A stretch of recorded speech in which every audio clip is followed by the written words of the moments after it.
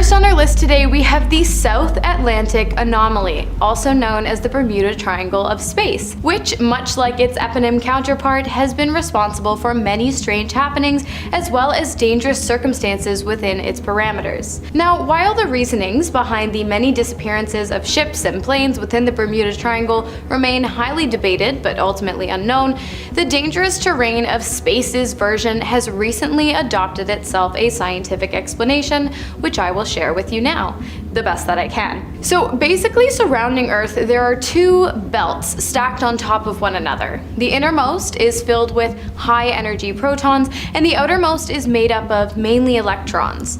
These belts are held into place by Earth's magnetic field and play an extremely important role in protecting the Earth from particles shooting out from the surface of the sun, which can cause harmful radiation. Well, the thing is, at the point of the South Atlantic anomaly, the intensity of the magnetic field holding the belts in their place decreases, leaving an area of extreme vulnerability to satellites, spacecrafts, and any other equipment. Basically, anything that passes through the region will experience extreme radiation to the point of some serious damage. Okay, this one's not so much dark as it is exciting. I bet you thought that Mars was the most likely planet to inhabit life, other than Earth, of course. But if you thought that, you'd be wrong. Or maybe you'd be right, as the most likely place in which life exists within our solar system outside of our own planet isn't actually a planet. It's a moon. More specifically, Europa, one of Jupiter's largest moons. While the presence of oceans beneath its icy surface have been confirmed, it is predicted by scientists and astronomers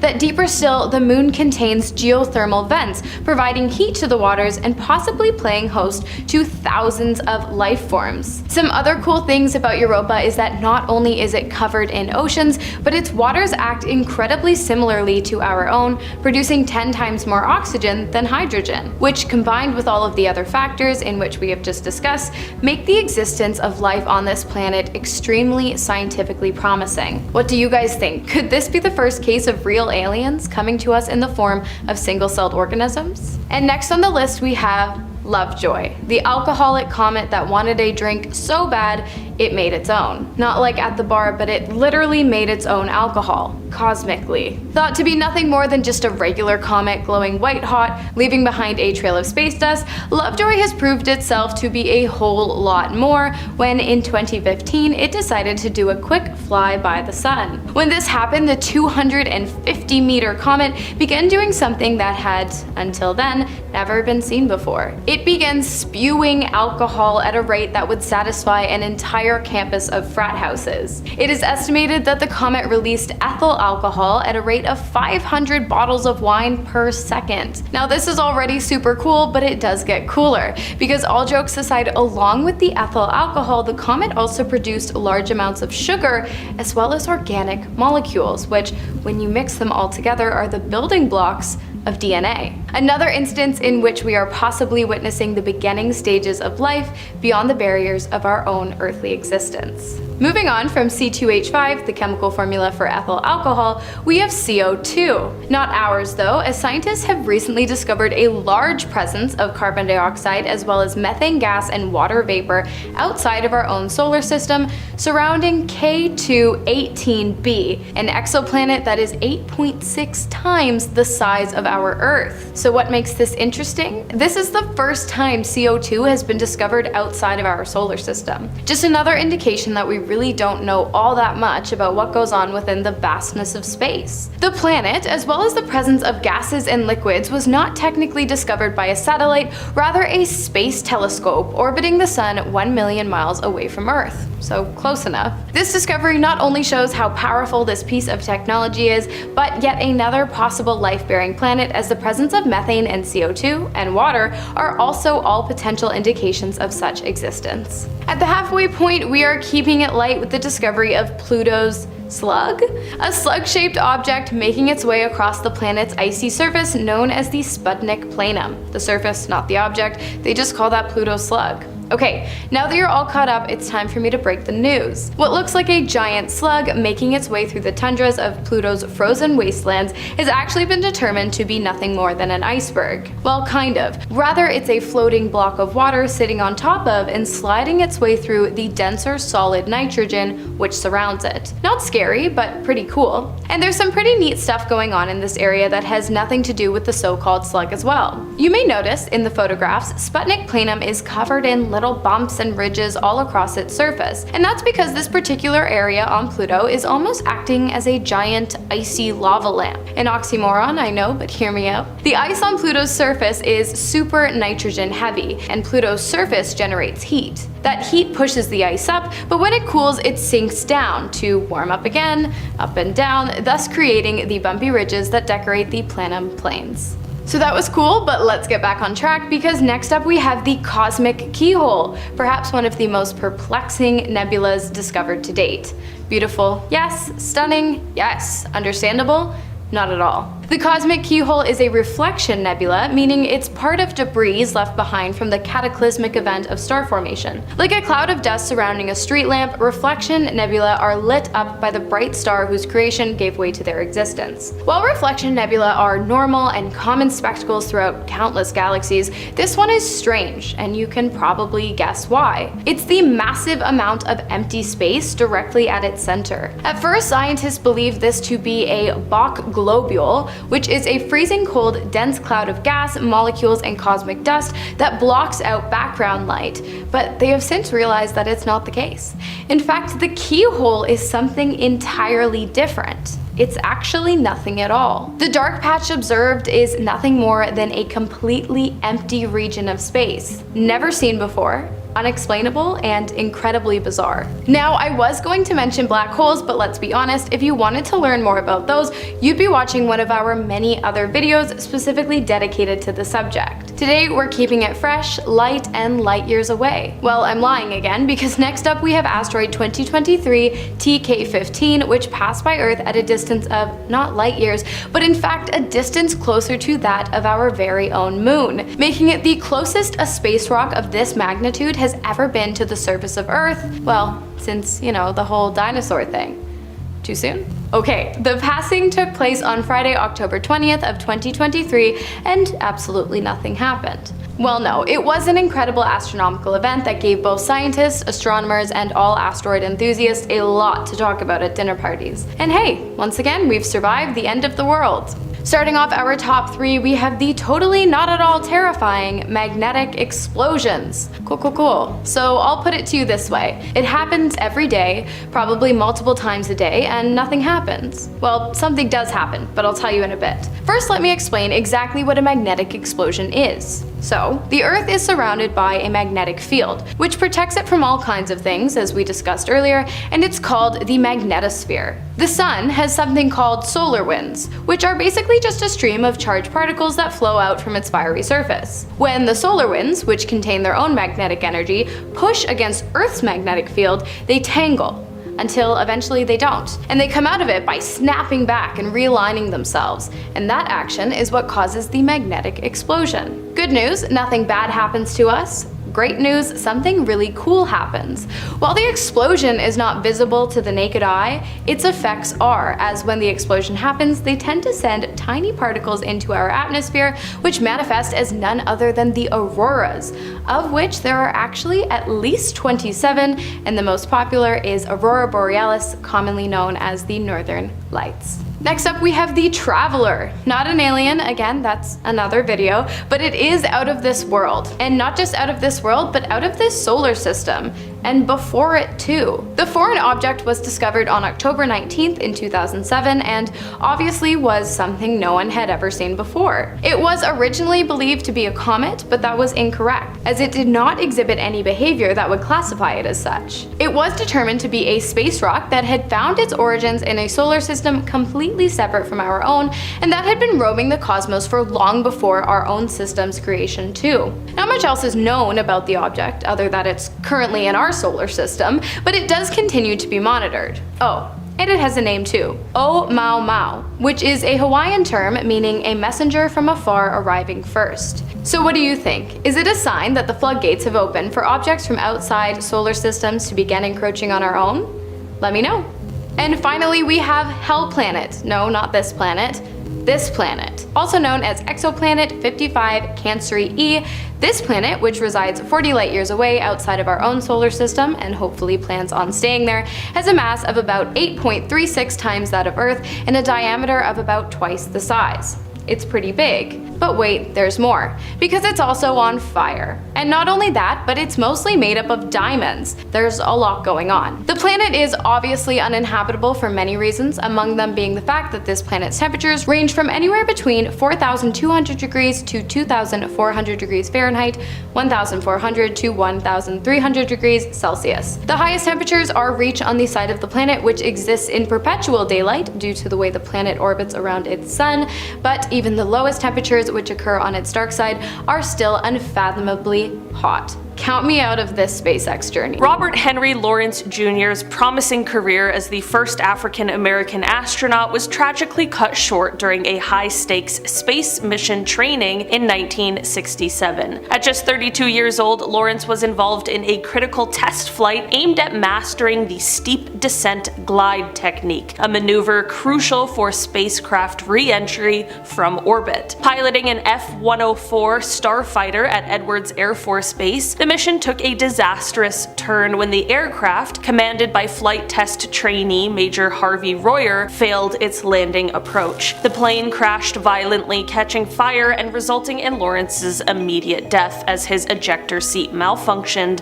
launching sideways. This mishap not only claimed his life, but also ended what could have been a groundbreaking chapter in space exploration, potentially positioning him to be among the elite group of astronauts in NASA's Space Shuttle program following the cancellation of the Manned Orbital Laboratory Initiative. Lawrence's legacy, however, continues to inspire, remembered for his contributions to aerospace technology and commemorated in memorials and tributes that underscore his pioneering role in space history. This next mission was a very close call. It was actually completed, but it was very close to ending in disaster. The Apollo-Soyuz test project in 1975 was a pretty historic space mission where American and Soviet spacecraft docked together in orbit. It marked an end in the space race and this easing in the Cold War tensions as the two countries were finally working together. Beautiful. And it all went pretty well, but the mission had a frightening end. On July 24th, 1975, as the American Apollo crew prepared for re-entry into Earth's atmosphere, they encountered a bit of a problem. During re-entry, a switch controlling the environmental control system was accidentally left in the wrong position, and this caused a nitrogen tetroxide gas leak, a toxic substance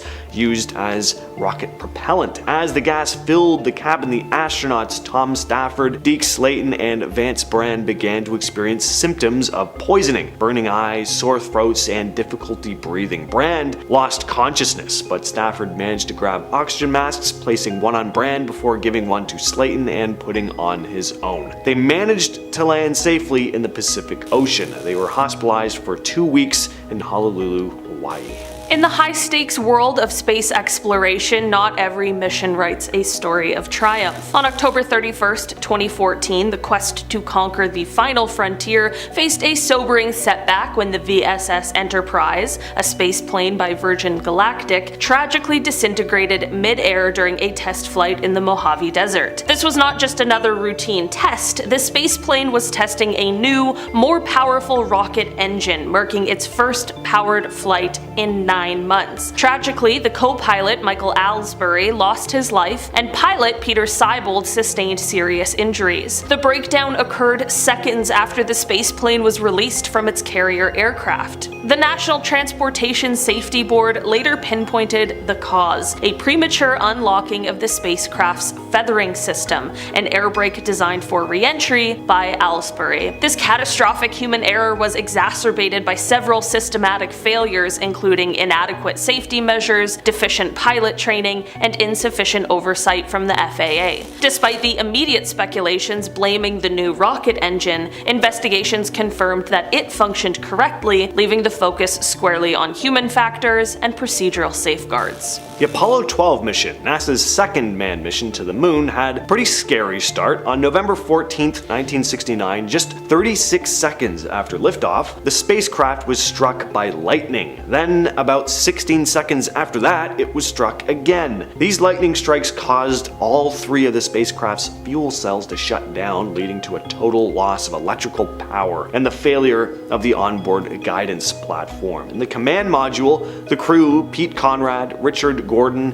and Alan Bean, saw this sudden barrage of warning lights and alarms. The lightning strikes were caused by the rocket itself. As the Saturn V rocket climbed through the atmosphere, it basically acted as a giant lightning rod. Power needed to be restored, and fast. Flight controller John Aaron remembered a solution from a previous simulation that might have restored power, and the command was unfamiliar to the astronauts at first, but they followed his instructions and it worked, bringing the command module systems back online. So this stabilized the spacecraft's power and allowed the mission to continue. And with power restored, the astronauts reset the guidance platform and continued their journey. But there was this lingering concern. Mission Control was worried the lightning strikes may have damaged the explosive bolts that opens the command module's parachute compartment, and they decided not to tell the astronauts this because there was really nothing they could do. Either the parachutes would fail and the crew would die on re-entry, or they'd be fine. Well, Apollo 12 did manage to successfully complete its mission and returned safely, splashing down in the Pacific Ocean.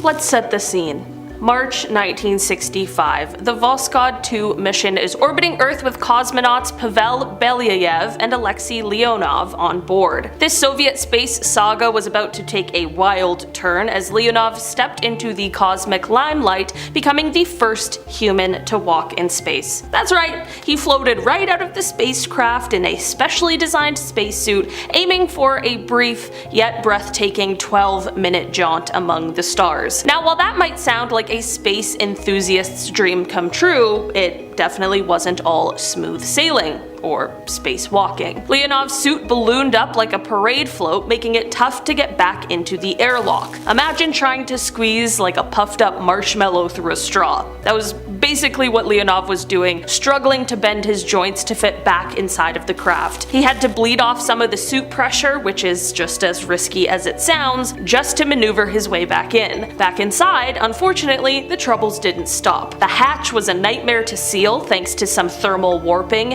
and the re-entry was a doozy because their landing system glitched, forcing them to switch to manual controls. And the cherry on top? They landed hundreds of kilometers off target in a forest teeming with wildlife, where they spent a chilly night waiting for rescue. It was an absolutely wild ride from start to finish, with moments of danger that really tested the cosmonauts' mettle and survival skills. In July of 2013, an Italian astronaut named Luca Parmitano had a pretty horrifying experience on the International Space Station that caused a job to be cut short. He had water leaking into his spacesuit during a spacewalk. A malfunctioning spacesuit, I mean, that has to be up there as one of the worst nightmares for any astronaut. I mean, god damn. As he was working, water began to leak into his helmet, and because, in space water behaves differently than on Earth, it was floating all around him, making it difficult for him to hear, see, or talk to the other astronauts. Bit of an issue. And this wasn't water you'd be able to drink either. It was leaking from the liquid cooling system in his suit, so not safe to consume. And besides, trying to swallow floating water blobs in zero gravity, that'd be a challenge. So the spacewalk was cut short for safety reasons, lasting just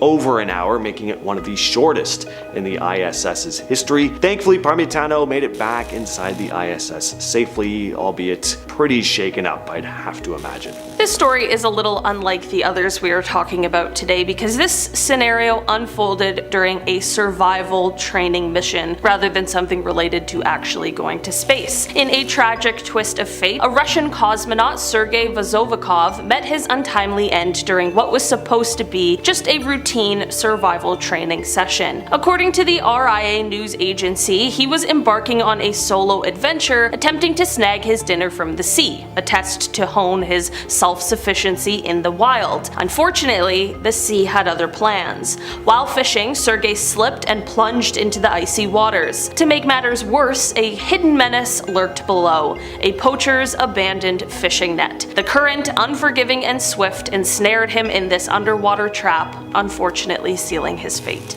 The NASA Columbia disaster happened on February 1st, 2003. The space shuttle broke apart as it re-entered Earth's atmosphere, resulting in the loss of all 7 astronauts on board. During launch on January 16th, a piece of foam insulation from the external fuel tank had broken off and struck the left wing of the shuttle. Now, at first, no one realized how serious the damage really was. They didn't think it was a big deal because similar foam incidents had happened before without causing any major problems. So NASA did some investigations, they considered sending a rescue mission, but ultimately they believed the shuttle would be able to make it back safely. But that wasn't the case. The foam had damaged the thermal protection system on the wing, which shields the shuttle from the intense heat of re-entry. So as Columbia re-entered Earth's atmosphere, hot gases entered the wing, causing it to just snap off. Then the entire shuttle disintegrated. The debris scattered over Texas and Louisiana. Apollo 1 was set to make space history as the inaugural crewed mission of NASA's ambitious project aimed at moonwalking. However, the mission tragically ended before it even began. On January 27, 1967, during a pre-launch test at Cape Kennedy, a devastating cabin fire claimed the lives of all 3 astronauts on board: Gus Grissom, Ed White, and Roger Chaffee. What was supposed to be a routine rehearsal spiraled into disaster, exposing fatal flaws in the spacecraft's design, notably its highly flammable environment exacerbated by a pure oxygen atmosphere. The investigation that followed pointed to an electrical fault as the likely spark that set off the fire, which was fueled by the cabin's nylon materials and constrained by a hatch that couldn't be opened quickly enough. The aftermath was a mix of soul-searching and sweeping reforms at NASA, which grounded crewed flights for nearly 2 years, while engineers reworked the spacecraft's safety features. This tragedy not only reshaped NASA's procedures and designs, but also marked a very solemn moment of reflection on the risks astronauts take. Apollo 1, a mission that never flew, left a legacy of lessons that propelled future space exploration. Alright, and of course we have the tragic Challenger disaster of 1986. The Challenger was a NASA space shuttle, and on this particular mission there were 7 crew members. The main task was to release a communications satellite into orbit and to study Halley's Comet. The shuttle took off as planned, but just 73 seconds into the flight, disaster struck. The spacecraft suddenly broke apart in mid-air, leading to the deaths of all 7 crew. The cause of the explosion was later determined to be a problem with one of the rocket boosters. On that day, the weather was unusually cold, and this had an effect on the rubber O-rings, which were supposed to seal the joints in the booster rockets. They didn't function properly because of the low temperature, and as a result, there was a leak of hot gas from one of the boosters. And this leak weakened the structural integrity of the shuttle's external fuel tank, causing it to rupture. The force of the explosion tore the spacecraft apart, leading to the tragic loss of the entire crew. Starting off today, we are talking about Apollo 13 from 1970. Famously dubbed the successful failure that captured the world's attention in 1970, this is just a classic tale of human grit and ingenuity. Just when everything seemed to be going smoothly on their voyage to the moon, the crew heard a loud bang. An oxygen tank in the service module had exploded. This turned their mission from a moon landing into a sheer survival scenario. Stranded over 200,000 miles from Earth, the astronauts Jim Lovell, Jack Sigwart, and Fred Hayes faced plummeting temperatures, a critical shortage of power, and a carbon dioxide buildup that threatened their lives. In a true testament to problem solving under pressure, the crew and their ground team improvised solutions in real time, including using duct tape and spare parts to fix a life support support system. The aircraft made its way back to Earth safely thanks to these heroic efforts. The ordeal led NASA to overhaul spacecraft designs and revamp their emergency protocols, ensuring that future crews wouldn't have to rely on such MacGyver-esque tactics in the void of space. Next, we are talking about Gemini 8, which took place in 1966. The Gemini 8 mission turned from a routine to a heart-stopping thriller right in space. Astronauts Neil Armstrong, one of the most famous of all time, and David Scott were aiming to perform one of NASA's first major space maneuvers, a docking with another spacecraft.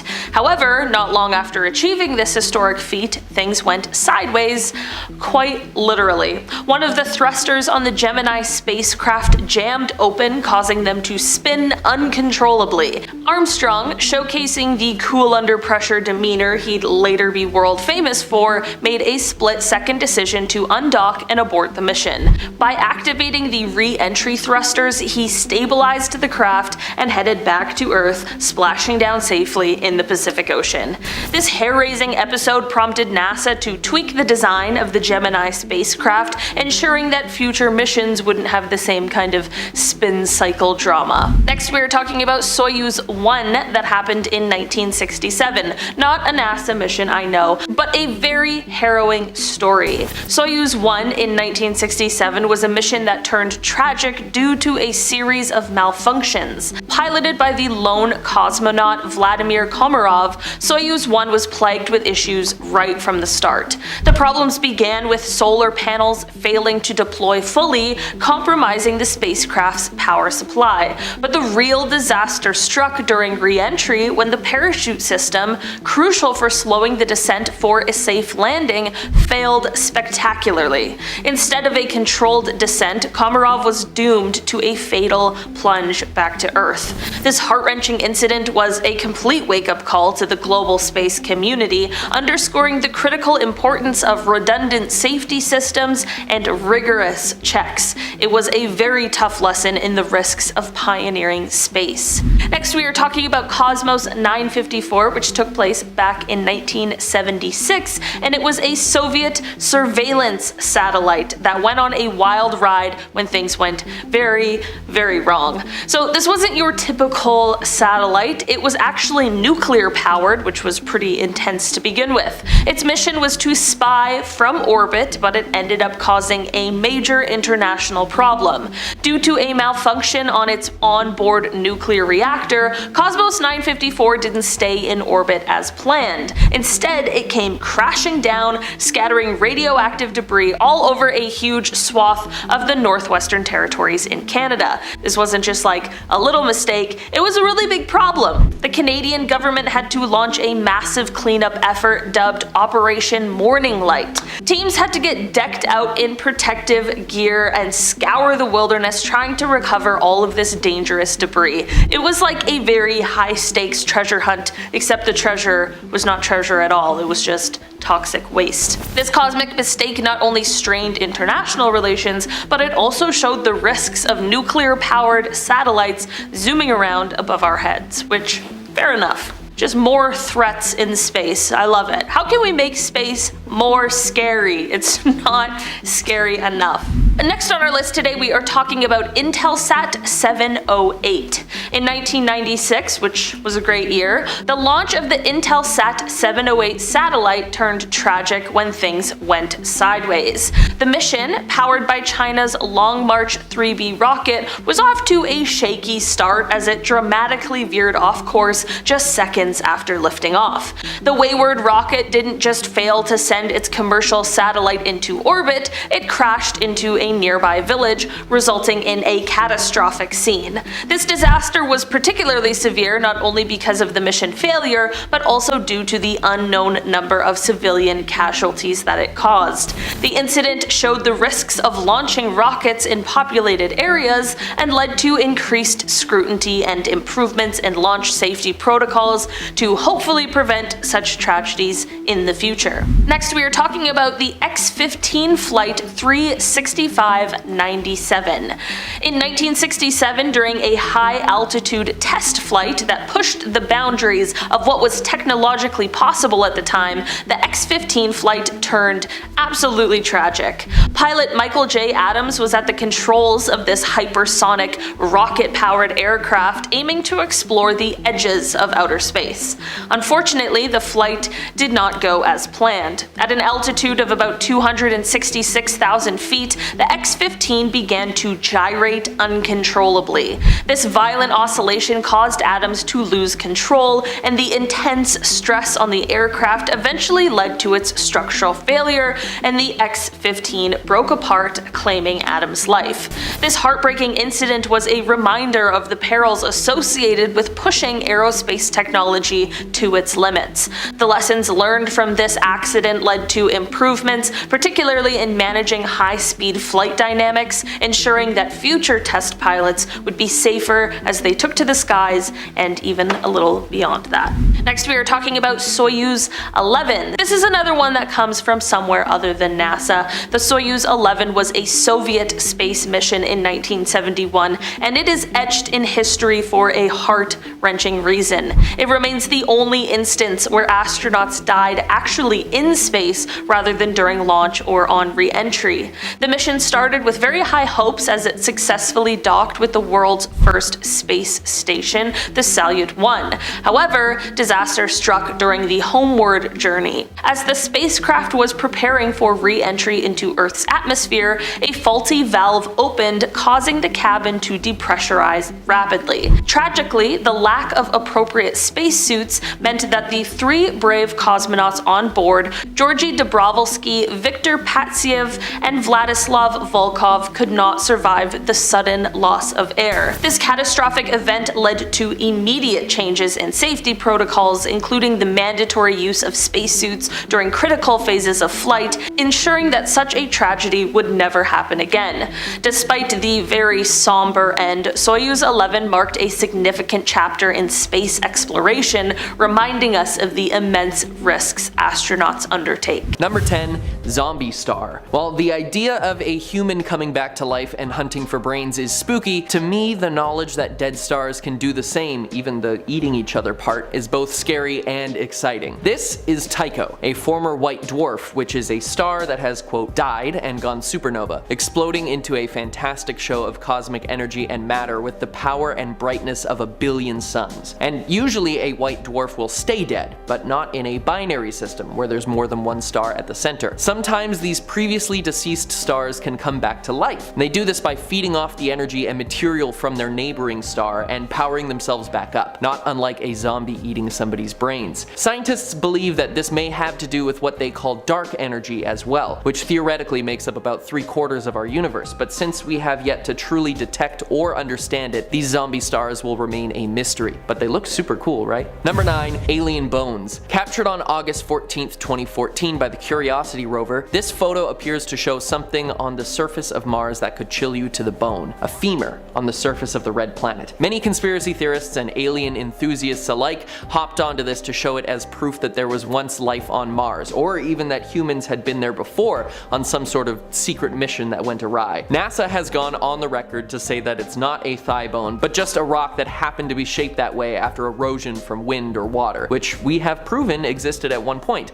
But come on. If it really was a bone, do you think that they'd tell us? Though I'm inclined to go with the scientists on this one, it would be kinda cool if we had proof of aliens on Mars. If you think there are aliens out there, hit the like and subscribe buttons to help us bring you the most amazing videos on them. Number 8. Eye of Sauron. The Rings of Power just finished its first season as I'm recording this video, and since I still have Tolkien on the brain, this photo of the Fomalhaut system made the cut. A relatively young system at 440 million years old. For comparison, our sun is about 4.5 billion years old. Fomalhaut and its surrounding disk of space dust have been the subject of a lot of controversy in the astronomical community. The images captured interest scientists not only because they look like they came straight from Mordor, but because of the zombie planet that has been tricky to find. The photos taken show that the dust ring is not centered around the star, but is shifted and elongated into the eye shape, which indicates something of large mass on the outer parts of the system, which scientists believed could be a Saturn-sized planet. Investigations have been conflicting over the past few years, with researchers believing on and off that the planet exists, and with Hubble images being inconclusive, which is why we call it a zombie planet, because it keeps coming back to life in a way amongst researchers. The system may have gotten its strange ring shape from all of the comet activity as well, with over 2,000 comet impacts daily, many of those comets being over 1 kilometer wide.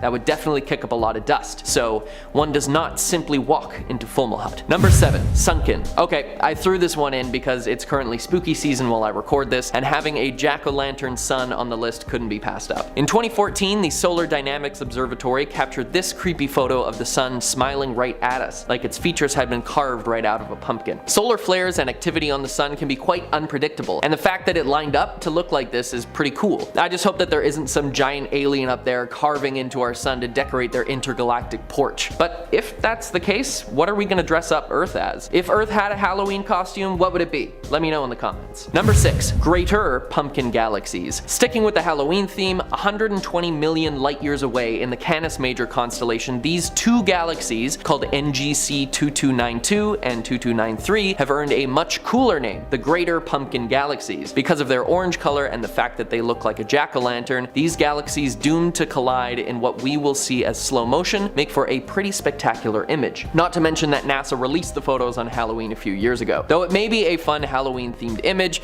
there is a scary truth about them. They're on track to collide with each other. And as the two galaxies draw closer, they begin to spin around one another and could eventually form one single spiral galaxy. But when that happens, there will be some cosmic consequences. Things smashing into each other at ludicrous speeds and exploding out into the darkness with the force of many nuclear bombs. But we don't actually know what will happen until it does. While some may say it reminds them of the Great Pumpkin, I would say that it looks more like a 100,000 light year across Jack Skellington. Number 5. The face of Mars. This freaky famous photo was taken by the Viking 1 orbiter in 1976 and shows us what is very clearly a face embedded in the surface of Mars. A massive one at that, judging by the scale of what's around it. It very clearly has 2 eyes, a nose, and a mouth. Uncanny, really, especially for being what NASA has called a cosmic coincidence, because with enough time and space, literally anything can happen. When investigated again in 2001 with a better camera, it was not to be seen. Was it just a mound of rocks and dirt that was blown or moved away, or was it something more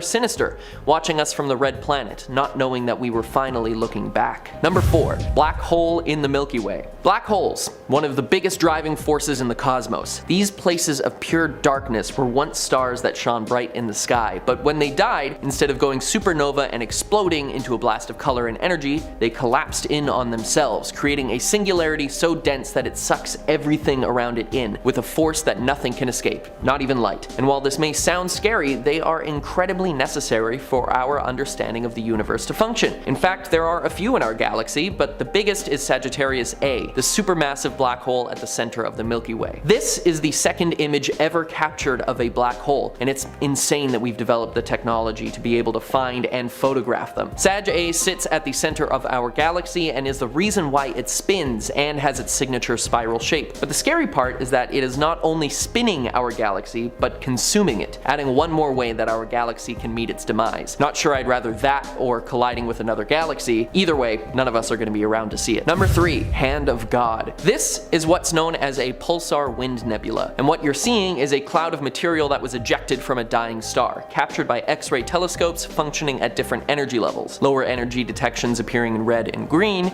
and higher ones in blue. While we can explain what this stellar specter is made of, we can't quite figure out why it takes the shape it does, and NASA is still wondering if the pulsar particles are interacting in a specific way to make it look like a hand. When the new readings were taken, the ones appearing blue, they realized that one part of the hand is actually shrinking at a different speed than the rest, implying that the two areas were physically different, and making us all wonder what the hand is reaching towards. Number 2. Ghost Nebula. Known formally as SH2-136, really rolls off the tongue. This reflection nebula has some pretty startling shapes appearing within it. A reflection nebula does exactly what you think. It reflects light from nearby stars and galaxies. The energy from stars nearby is not strong enough to ionize the gas of the nebula, but it is enough to illuminate the dust and make it visible to us. Looking at the picture, it's a no-brainer why it's earned its much cooler name, the Ghost Nebula. You can see little figures waving from the edge of the space cloud. They even appear to have horns. I'm not sure what that's about, but I'm here for it. Give me all the spooky space specters. Again, this is just one of those cosmic coincidences that we can't explain, and that if we we existed at any other place in the universe we may not see. So we're pretty lucky, I guess. But let's hope our luck holds out for our final entry. Number 1, roaming black holes. Now, I told you about black holes, those things that suck in and destroy anything that comes near, even light, with no chance to escape. But they are pretty detectable, and we should be able to avoid them since they're such a huge cosmic entity, right? Well, what if I told you that there are many out there that are near impossible to detect, because they're moving? That's right. Known as roaming black holes, these death spheres fly through our universe, devouring everything in their path. Only detectable by fluctuations in mass and light, they were most likely two black holes that attracted each other, then slingshotted off one another and were flung out into space. But here's the kicker. The Hubble telescope actually detected one closer than anyone would want, in our own Milky Way. While pointed near the center of the galaxy at Sagittarius A, a fluctuation in light and space shows that we may have one of these devouring our galaxy, and we would never see it coming until it was too late. So there you go, one of my, and possibly now one of your fears, roaming black holes. Space is crazy and terrifying. It is absolutely baffling and will never cease to impress me the technology and knowledge we have developed in our time as a species to investigate beyond our own planet. Especially since, at the end of the day, we're all just monkeys with car keys. In our number 10 spot, we have Robin Coulin. Okay, this is a mysterious one to me. Robin Coulin was an astronaut in training at NASA and was in a special 2-year program. He outbeat 18,300 applicants and had many years of schooling and expertise to do so. So hence the reason it was such a shock for the world to learn that he just quit after a little more than a year. According to a NASA spokesperson, it was for personal reasons. Look, I've seen the movies. More than likely, knowing that NASA doesn't have a high turnover rate, Robin more than likely did not quit NASA for personal reasons. We need to get the internet detectives on this case. Did he find out a secret that disturbed him so much that he had to quit? Did he discover that they are really keeping aliens at Area 51? Who knows? My vote is for the latter. Coming up at our number 9 spot, we have Mayday. Not specifically NASA, but an interesting story to note from another very awesome astronaut. You may not know this, but South Korea had its very first astronaut go to space in 2008, and it was a very big deal for them. Astronaut Yi So-yin was South Korea's first and only astronaut to quit her job, but for, in my opinion, a very good reason. While on her journey home from space, she was going to find out that it would be far from smooth. She discovered that she was veering off course, which, as you can imagine, was completely scary, even though spaceships tend to be slightly off course most of the time. But in any case, they did land safely. Hooray, but they landed 260 miles off course near some shepherds in Kazakhstan. The people of the village thought that they were aliens. Even though she made history, she eventually ended up quitting and decided to go back to school in California. Imagine going out into space and then coming home and deciding to do something else. Damn, that's a life lived. In our number 8 spot, we have black holes. Black holes are fascinating. If you haven't heard of a black hole before, well, just know that they are some of the strangest and most fascinating objects in space. They're, quote, extremely dense with such a strong gravitational attraction that not even light can escape their grasp. Apparently, the Milky Way could contain over 100 million black holes, and that was where one of the first black holes was discovered in 1964. It was called Cygnus X1. NASA and Space.com have reported that, quote, astronomers saw the first signs of the black hole when a sounding rocket detected celestial sources of X-rays. In 1971, astronomers determined that the X-rays were coming from a bright blue star orbiting a strange dark object. It was suggested that the detected X-rays were a result of stellar material being stripped away from the bright star and gobbled up by the dark object, an all-consuming black hole. Yeah, that's not terrifying. I would probs quit after learning about this. In our number 7 spot, we have aliens. There has been an increasing amount of aerial phenomena, as NASA puts it, otherwise known as UFOs, in the last while, and so NASA has actually announced the assemblage of a team of scientists that will be examining this phenomena. Hooray! NASA said the focus will be on identifying available data, which is the best way to gather future data, and how it can use this information to advance scientific understanding of the issue. The chief of NASA's science unit, Thomas Zurbuchen, has said, quote, "We're looking at the Earth in new ways, and we're also looking the other way, at the sky, in new ways. What we're really trying to do here is start an investigation without an outcome in mind." Well, at least they finally admit to aliens possibly existing, and all the conspiracy theorists of the world can say to the people that downplayed all of the evidence, "Told ya." In our number 6 spot we have space music. This is allegedly from the Apollo 10 mission to space. The astronauts were checking out various equipment to see what would work in space. Of course, the stakes were high because they were actually in space, and who knows if the equipment might blow up or whatnot. But apparently, when they put on headphones connected to a speaker they were testing, they heard a strange whistling sound. They were so amused and a little unsettled by this strange music that they later called it space music. In our number 5 spot we have the space fire. Apparently, astronaut Jerry Leininger, who was stationed on the Mir space station, was just having his dinner when suddenly he discovered an extra tank of oxygen-based chemicals catch fire.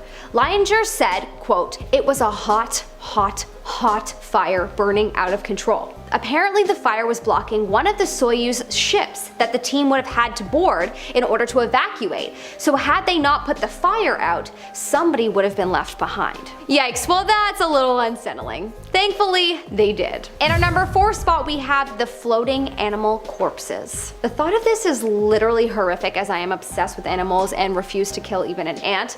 But hearing this isn't that surprising, as apparently the first living things sent to space were a monkey and a dog. Those poor babies probably had no idea what was happening until they eventually starved to death, which is just sad. Anyways, hearing this shouldn't then surprise you to hear that the corpse of the dog and monkey can be seen floating in space. Imagine seeing that and then having to go on doing what you're doing. My heart hurts. Yeah, if it wasn't already obvious that I'll never be an astronaut, well, I definitely won't be one now, knowing that I may have to stumble across this. In our number 3 spot we have shiny objects. This story is slightly unsettling, but also kind of makes you excited for future astronaut discoveries. Apparently one of NASA's astronauts by the name of Alan Bean has claimed that he saw a really shiny object on the moon. When he was asked to describe it, he said that it looked like shoe leather. You usually would assume that anything from outer space is gray or black, so to hear that there's something shiny just hanging out on the moon is so interesting. It reminds me of that kid's book where that one fish was really sparkly, the rainbow fish. Loved that book. They were never able to learn anything more, but could this be the moon's version of a diamond? Probably. In our number 2 spot we have "They're watching us." Allegedly, when Neil Armstrong landed on the moon in 1969, it is said that NASA lost transmission for about 2 minutes. Apparently during those 2 minutes, there was a secret message to NASA that said, "Those babies were huge, sir. Enormous. Oh God, you won't believe it. I'm telling you, there are other spacecrafts out here lined up on the far side of the crater's edge. They're on the moon watching us." Whoa. Okay, well, I am now a believer in the fact that I'm sure they did not lose transmission, and I'm sure NASA only said that so that the general employees and people watching could not hear what needed to be said. Finally, in our number 1 spot we have a fleet of UFOs. Apparently astronaut Gordon Cooper witnessed the most crazy thing in human history, in my opinion. Proof that our future could potentially be Star Wars in real life. He saw a fleet of UFOs. That's right. He claims to have seen it around the time he flew the Air Force. What's wild is that about 10 years later, he'd bear witness to another UFO. Also the luckiest man in history. Allegedly in 1963, a UFO flew towards him. Apparently it was picked up on a radar too, which confirms the proof of existence and Gordon's story. Whoa. Fun fact, I once saw a floating light in the sky, and then I saw it literally zoom away at lightning speed, not lying, so I'm pretty sure I also have seen a UFO. Number 10, alien doorway. So obviously we know that no people have actually landed on Mars and had a look around, at least that we know of. So the majority of this list is from things seen on Mars rover photos, and some of them aren't actually scary and are more like just hilarious or conspiratorial, but give me a break, I've had a long day. Okay. The first image on this list comes from May of this year from the Curiosity rover. The image appears to show an entrance hidden into the side of some Martian rocks. Many people started theorizing that this could have been some sort of door to a hidden alien building underground. The perfect shaping of the hole led many people to believe that it must be something man-made or even alien-made. The naysayers decided that it was caused by a rock breaking off due to an earthquake, but what kind of rock would break off and just leave like a perfect hole like that? So I'm gonna go with aliens. Number 9, the hole. Speaking of holes, in 2017 the Mars Reconnaissance Orbiter took a picture that revealed a massive unexplained hole on the surface of the red planet. The orbiter has been going around the planet for the past 16 years and sends photos of the planet back for NASA to analyze, and this one definitely caught them off guard. Mars is covered in various different holes and indentations, but this massive pit really stood out against the rest of the planet's landscape. In real size, the hole is hundreds of meters in diameter and appears to have ice at the bottom of it. The surrounding ground apparently covered in patches of frozen carbon dioxide. NASA really had no explanation for how this hole occurred, and they put a team together to try and work out what might have caused it. But don't worry NASA, you don't need a team, because I am a self-titled extraterrestrial professional, and I say that it's a pool that aliens use for alien Olympic swimming competitions. Number 8, Morse code. This same orbiter sent back another interesting picture of the surface the year before in 2016. This time the surface seemed to be trying to send us a message. The marks on the ground appeared to form dashes and dots which formed into a Morse code message. The long markings in the soil were on the inside of an impact crater in an area known as the Hagel Dune Field. Many people started theorizing that this could potentially be a massive sign that aliens live on Mars and are trying to communicate by what could effectively be compared to a massive SOS sign on a beach. I don't know when I decided I was going to make this video all about aliens, but there's really no going back now. So what are they trying to say to us? What message could be so important that they had to carve it into the side of a planet? Okay, it doesn't make much sense to us. This is clearly communication in a Martian language that we just don't know yet. Number 7, Martian face. In 1976, NASA's Viking 1 spacecraft was circling around Mars and taking photos of the surface in an attempt to find a good spot to land for its sister ship, the Viking 2. During its journey, they managed to photograph what appears to be a massive Martian face sticking out of the side of the planet, almost 2 miles long from end to end. It's in a region of the planet that is called Cydonia, and until now I didn't even know that the regions on Mars had names. Scientists released the photo to the public a few days later, claiming that it was just a rock formation, saying, "A huge rock formation which resembles a human head, formed by shadows giving the illusion of eyes, nose, and mouth." But that's just what they want you to think. My degree in alienology tells me that this is actually a Martian equivalent of the Maui statues, clearly a recreation of the aliens that reside on the planet. Number 6, floating spoon. In 2015, the Mars Curiosity rover picked up another interesting and potentially alien thing amidst the rocks and dust. On August 30th, 2015, on the rover's 1089th day on Mars, it photographed what appears to be a massive floating spoon, a large handle shape extending from the rocks and ending in what appears to resemble a curved end of a spoon. NASA, of course, wants us to think that this spoon formation was caused by the wind breaking away at the rocks and leaving this shape behind. But I am here to tell you that this is actually the remnants of a Martian kitchen. Me and the other people on obscure internet forums are looking forward to the day that we find the fork and knife to complete the full set. And maybe the massive unexplained Mars hole is actually just a big plate. Number 5, ghost. On this channel, we often look at blurry images that appear to show some kind of ghost or demon lurking in the background. But this one is a bit different than those because this one, of course, comes from Mars, so there's a bit more of a valid excuse for the image to not be of the best quality. This black and white image from the Mars rover appears to show another barren landscape of rocks and dust. Pretty typical for Mars, it honestly seems like kind of a boring place. But near the right corner of the image, you can see what appears to be the figure of a ghostly woman standing on top of one of the large rocks. To me, it looks like she's wearing a dress and, kind of standing with her arm like this or something, and she's got long dark hair. Others online said that the figure reminded them of a weeping angel creature from Doctor Who. No matter what you think, it's pretty creepy to look at and doesn't seem as easily explained away as any of the others. Number 4. Space crab.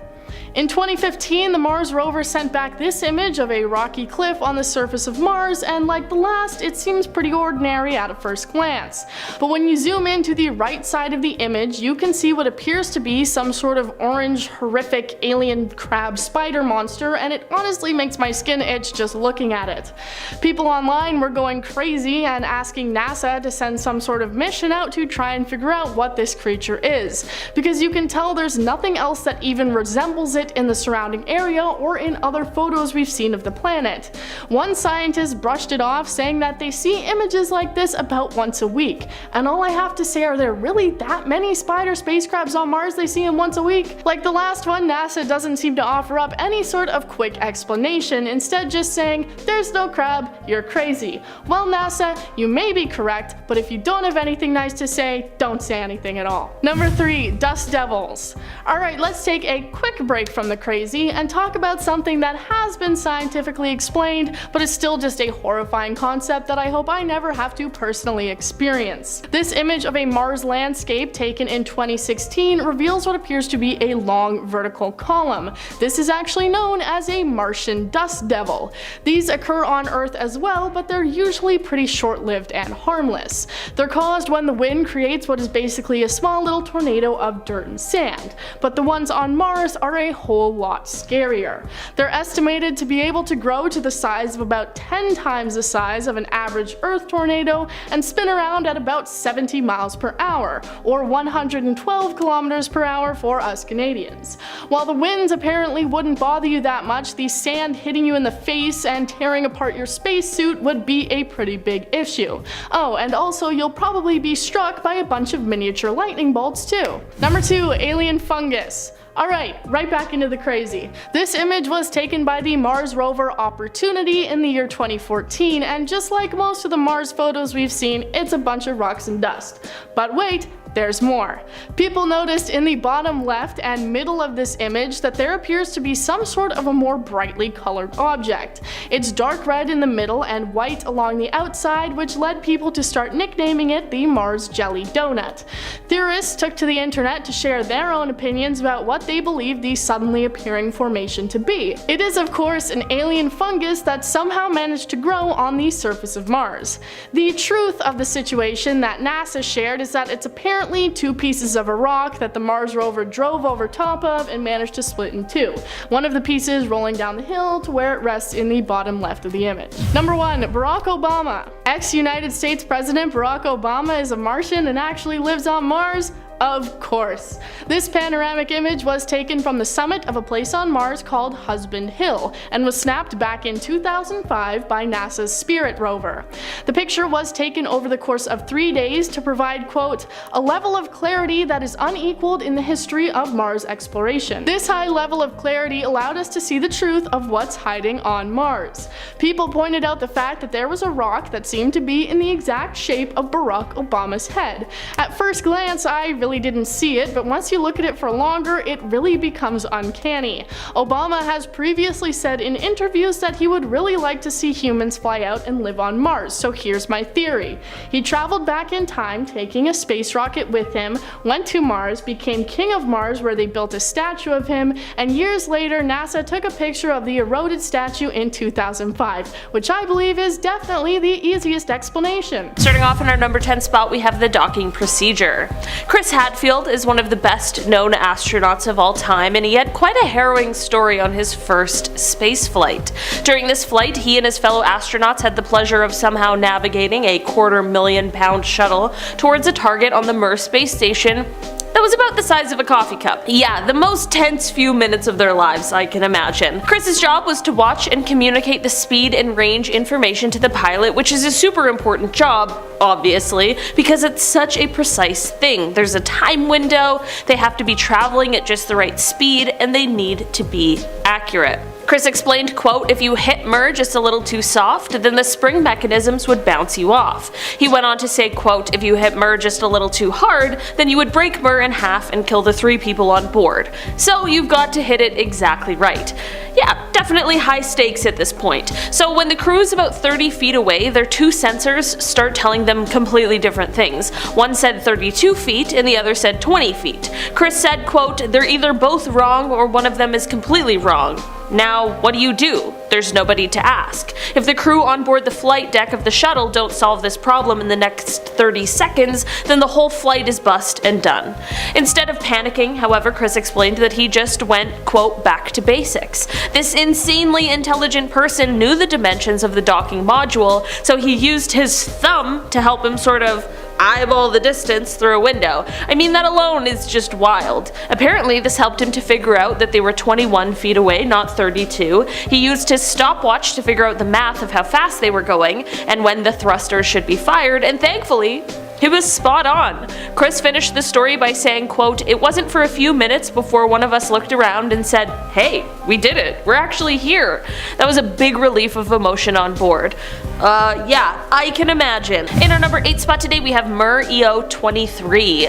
This is the name of a mission that was part of the shuttle Mir space program, which was a, quote, "collaborative 11-mission space program between Russia and the United States that involved American space shuttles visiting the Russian space station Mir, Russian cosmonauts flying on the shuttle, and an American astronaut flying aboard a Soyuz spacecraft to engage in long-duration expeditions aboard Mir.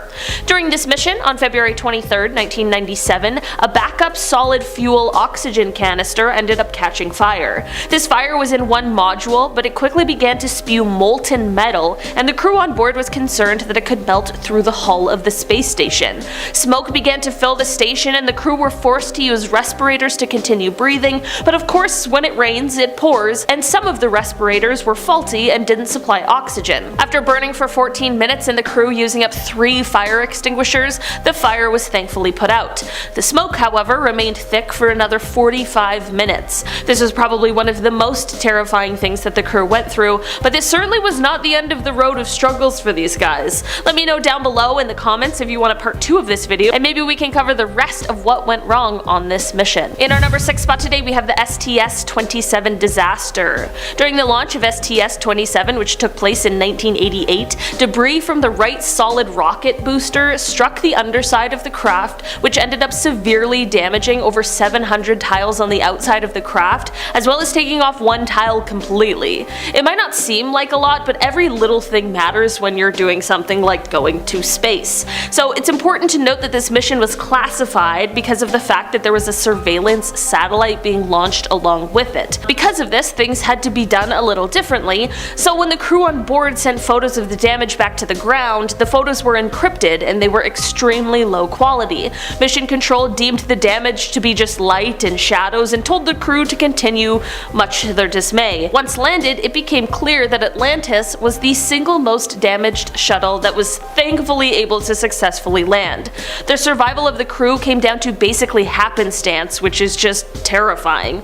This was only the second mission after the disaster of the Challenger, so should this one have gone fatal, we likely wouldn't have seen the continuation of the program. In our number 5 spot today, we have the organic object. Leland Melvin is an American engineer and retired NASA astronaut who served on board the space shuttle Atlantis as a mission specialist. He is an incredibly brilliant man with an incredible resume, and that is exactly why this story is so unnerving. He claimed that while on a space mission as he was orbiting Earth, which for the record, how cool would it be able to tell a story like that? You're just orbiting Earth.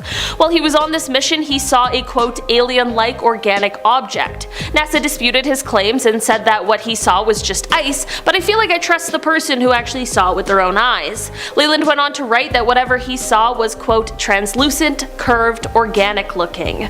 I have no explanations to offer, but I will say it certainly is interesting and a little bit terrifying. In our number 4 spot today, we have the space snake.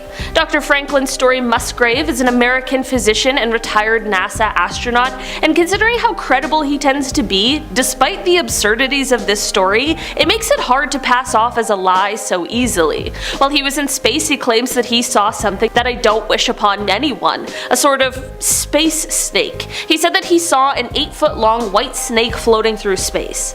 I don't even know what I would do. Probably cry, call Houston, I'm not sure. There are many people who think that this was simply just a detached hose from the spaceship, but Dr. Musgrave remains adamant on what he saw, and to be completely honest, I kinda believe him.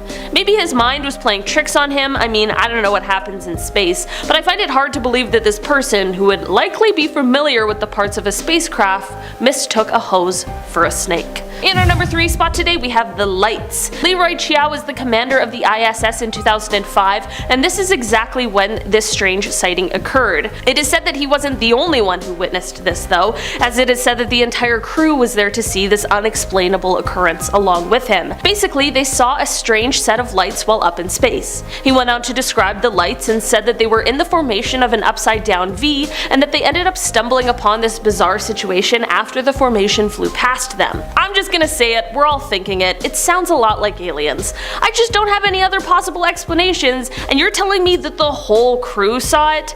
I swear, nothing will convince me more of aliens than an astronaut's first-hand account. In our number 2 spot today, we have glowing green. Gordon Cooper is a well-known astronaut after having flown the Mercury 9 and the Gemini 5, and in fact, he was the last American to spend time in space alone. But despite all these exciting accolades, I want to take you to May 15th, 1963. Here, he was sent off to space in a Mercury capsule for a 22-orbit journey around the Earth, and while on this journey, he saw something very unsettling, a glowing green object that would approach his capsule. During his final orbit, he did tell the tracking station of this object that was quickly approaching his capsule, and they were able to pick up this UFO on their radar, but once Cooper landed, reporters were told that he was not allowed to answer questions regarding this UFO. It's even more interesting considering how Gordon has been a vocal and firm believer in UFOs, so I ask, what do you guys think it was?